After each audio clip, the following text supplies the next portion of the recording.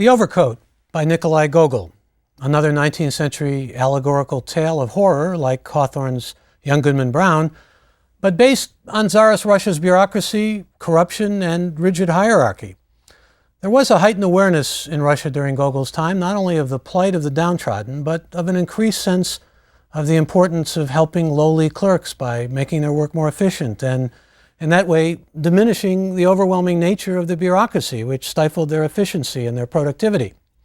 Gogol's protagonist in the story is a little man who relishes, really even loves, his work as a copier, and only faces obstacles when they are thrust upon him by the lawless who prey upon him or by the higher officials who are supposed to help him. The story is framed by the real and the supernatural. Gogol is considered the father of Russian realism, that is, employment of mimesis and verisimilitude, or creating a story that reflects real life. However, this story has comedic elements as well as surreal and fabulous dimensions. It's also a scathing satire of Russian bureaucracy and its Byzantine hierarchies of power and position. We all came out from under Gogol's overcoat. That's a statement that has been attributed variously to Turgenev, Tolstoy, and Dostoevsky, though its actual source may have been a turn-of-the-century French critic. What it shows, however, is the impact this story had on Russian writers. And it had a great impact on Western storytelling in general, and continues to hold sway as one of short fiction's masterpieces. One can best understand a story like Gogol's from not so much a doctrinaire Marxist view, but more what we would call a neo-Marxist perspective, like that of the British literary critic Terry Eagleton, who saw a character like the downtrodden one in the overcoat as signifying someone victimized by what Eagleton called the superstructure. Superstructure means simply the institutions that existed and made up the entire social and economic fabric, as well as the cultural gestalt, that is, the parts of the system as well as the entire system itself. And all of that really created history. So this takes us, the idea of the superstructure, into an understanding of a story like The Overcoat, because we can look at this story from the perspective outside of the text, to the institutions, to the zeitgeist, which means the spirit of the times, to really the historical period in which Gogol lived and wrote this masterpiece of a story. This is at the core of understanding much great Russian fiction, I should add, whether it's by Tolstoy, Dostoevsky, Pushkin, Turgenev, or Chekhov, the most important figure of them all as far as the short story. A major critical way into a story like The Overcoat is by looking at the superstructure, which carries with it a view of the historical period and what amounts to a dialectical analysis. Dialectic originally being a term from Hegel, but ultimately identified more with Marx, who wrote about feudalism as the thesis and conflict with capitalism as the antithesis, and for Marx the synthesis was socialism. The system of feudalism, and at its core serfdom, would be emancipated under the more egalitarian reforms of Alexander II, 21 years after Gogol wrote The Overcoat. But the liberal reform movement in Russia began under Peter the Great, and it was making headway in Russian consciousness onto the canvas of Russian writers. Suddenly, seemingly inconsequential and lowly people are protagonists in fiction by authors like Gogol and Chekhov.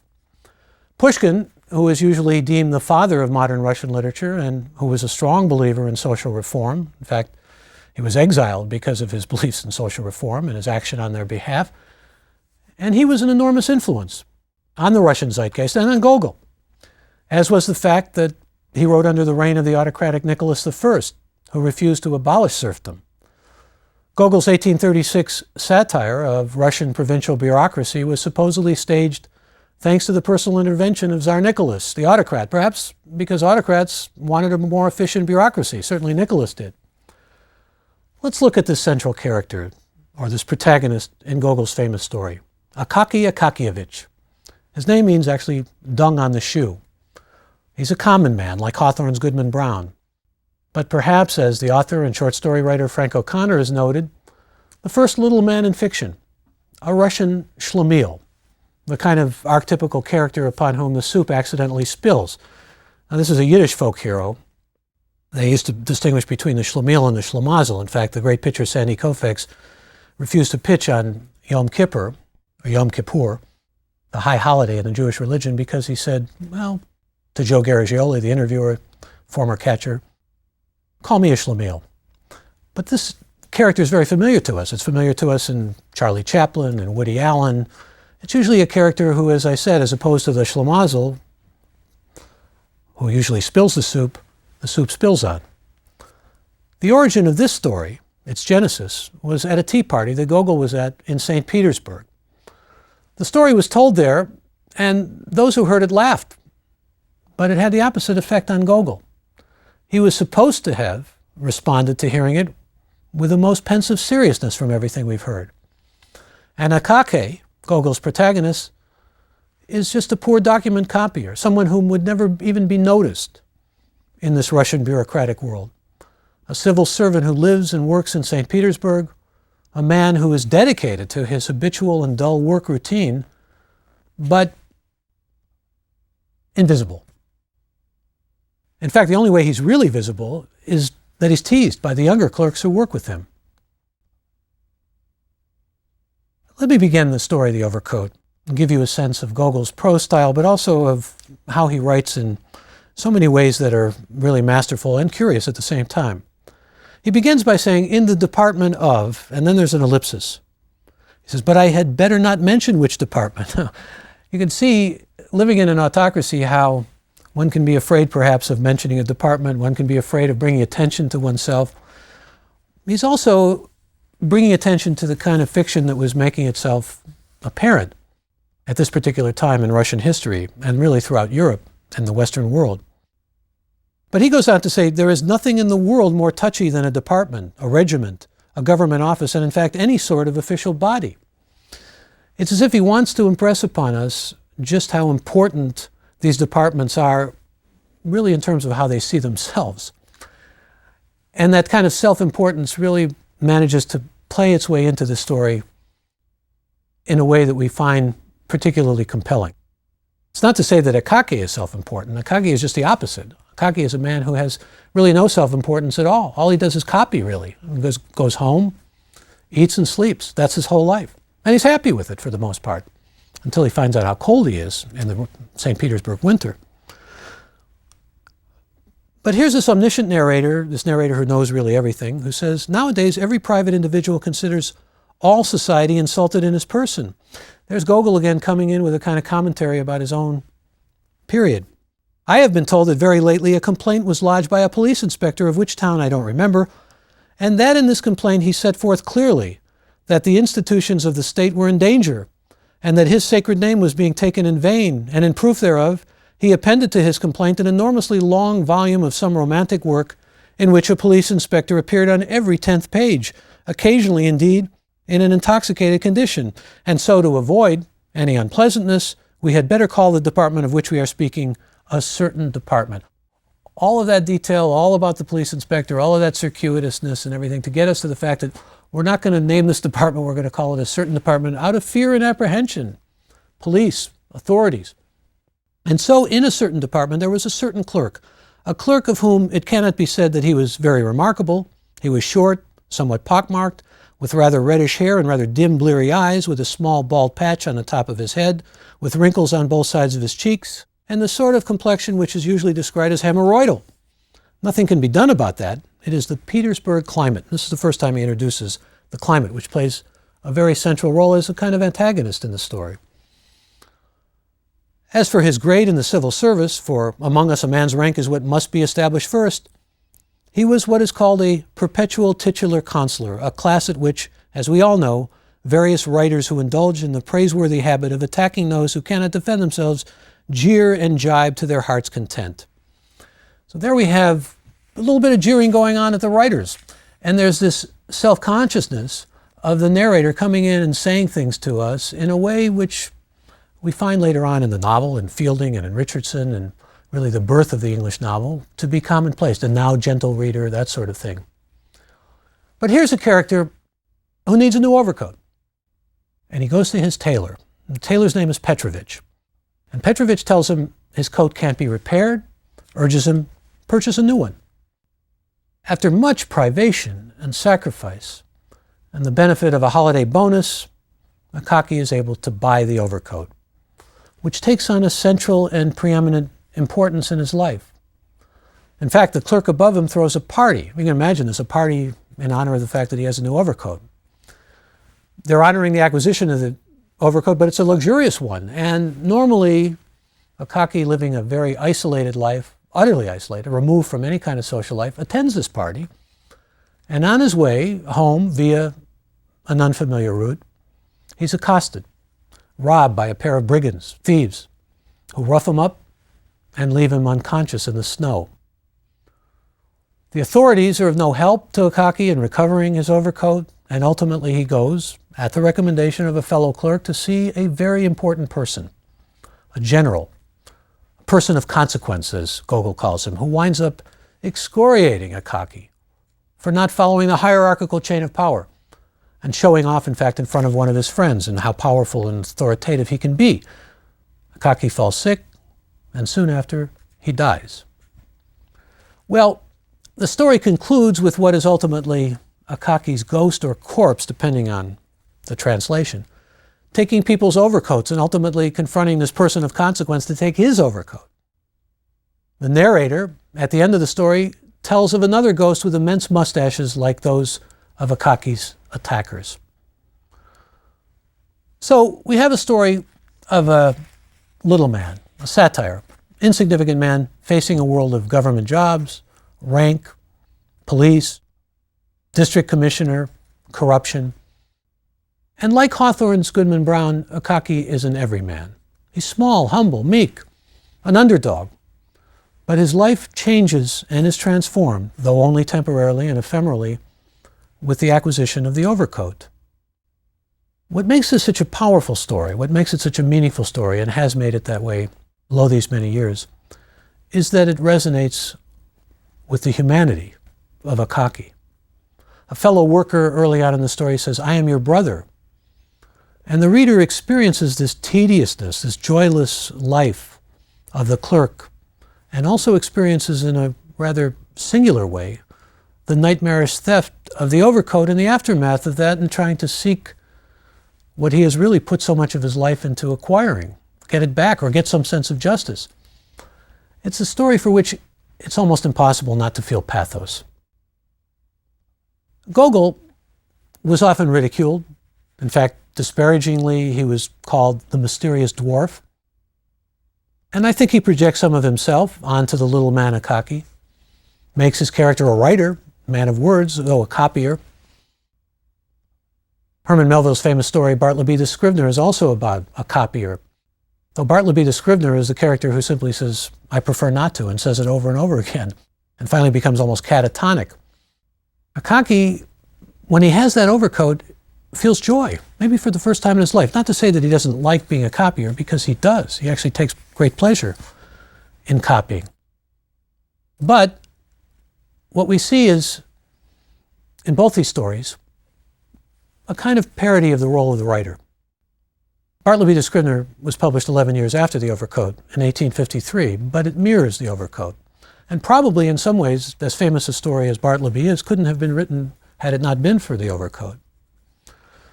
What Gogol creates in this story is a mythic little man for us, a man virtually, as I said, unnoticeable throughout his life, who even when he initially began his life, did so with a sour visage at his christening.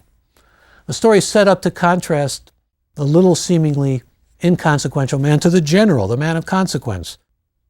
In other words, the dichotomy of the powerless and the powerful.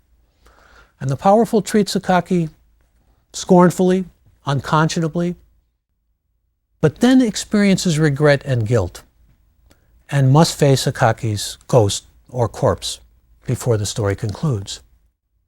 So let's look at Gogol.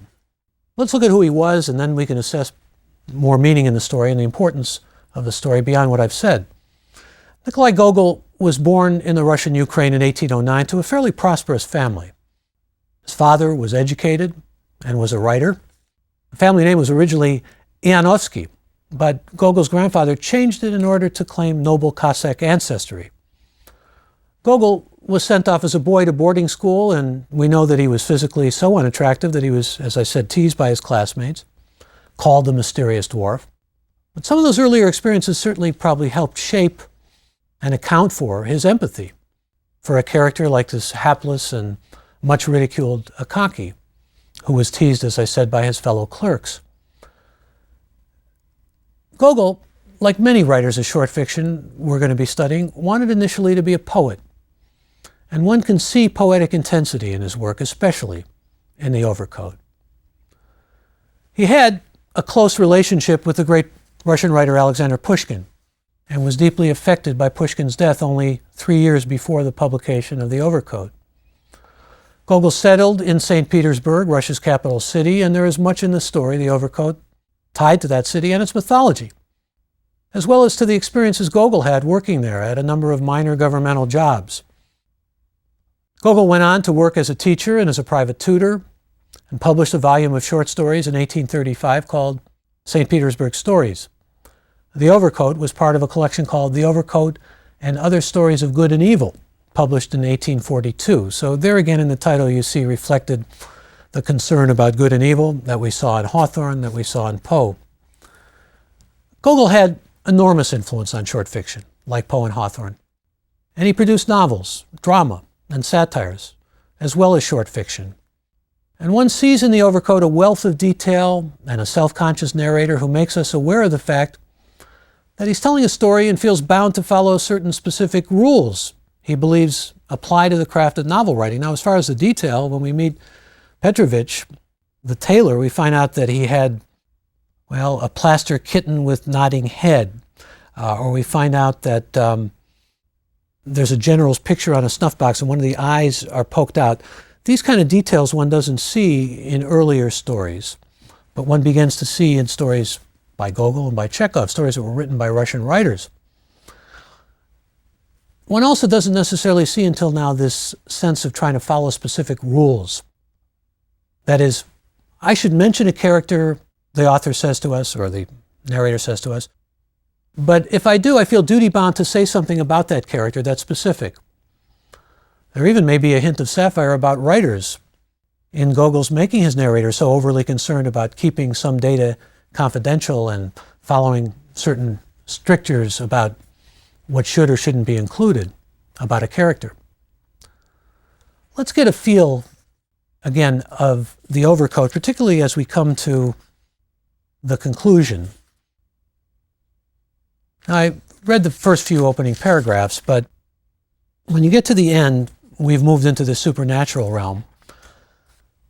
And here again is the sense of a narrative voice that's very strong. It's not like the voice of Poe's Montresor, who's a character who plays a role in the story, or it's not even like Hawthorne's voice, although that is an omniscient voice as well.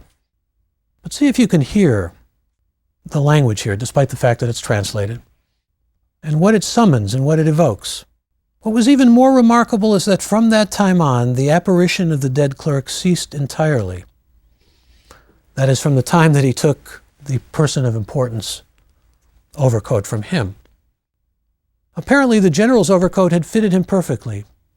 Anyway, nothing more was heard of overcoats being snatched from anyone. Many restless and anxious people refused, however, to be pacified, and still maintained that in remote parts of the town, the dead clerk went on appearing. And notice again how this sounds almost reportorial. It sounds almost journalistic. People are reporting.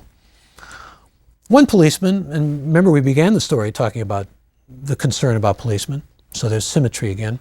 One policeman in Kolomna, for instance, saw with his own eyes an apparition appear from behind a house. But being by natural constitution somewhat frail, so much so that on one occasion an ordinary grown-up suckling pig made a sudden dash out of some private building, knocked him off his feet to the great amusement of the cabmen standing around, whom he fined 2 kopecks each for snuff for such disrespect. He did not dare to stop it, and so followed in the dark until the apparition suddenly looked around and, stopping, asked him, "What do you want?" displaying a huge fist such as you never see among the living. The policeman said nothing and turned back on the spot. This apparition, however, was considerably taller and adorned with immense mustaches, and directing its steps apparently toward the Abukov Bridge, vanished into the darkness of the night. Now notice, even though we've got apparitions, ghosts, and all that, we have nevertheless a sense of it being reported in a realistic way, in a plausible way, as if it actually occurred. It's recounted in that way. And notice the kind of detail that you get, even in the policeman being embarrassed and humiliated and charging them for embarrassing him, these two people, so that he can buy snuff with what he charges them. There's again the power of the law, the kind of corrupt power of the law, but the policeman himself is afraid, and with good reason. These apparitions are something to be afraid of. They're out there haunting the Russian landscape, or at least haunting St. Petersburg's landscape. Now, there are universal themes in this story. The character is isolated, and that isolation shifts briefly to his entering the world and finding an identity with his new coat. When he has that new coat, the self expands briefly beyond to a sense of richness of objects, of color, of social life, even eroticism. Akaki has a couple of drinks and the impulse to run after a lady. What I mean by universality in this is the sense that one can suddenly come from a low position and have a moment that seems triumphant, that seems joyful, that can open up the senses, open up one to life as one has never been opened up before, and really Gogol captures this masterfully. Akaki goes in this new sartorial self, that is outwardly dressed in his overcoat, from being the schlemiel that I mentioned before to a swift experiencing of happiness, as opposed to being this unlucky character.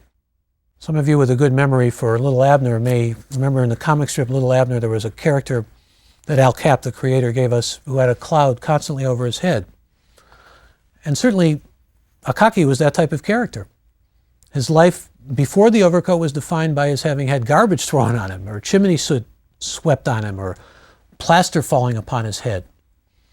Those things happened to him just by dint of his existence. They happened to him because, well, for the same reason as I said, certain characters in Yiddish literature or folk tales that go back to a lot of Russian folklore have the soup spilled on them. And there is in the sense of Akaki that moment of sheer triumph when he has the overcoat. He's sacrificed enormously for it. He's gone through great self-sacrifice, and he wears it. And then what happens? He's accosted, he's beaten, the overcoat is stolen.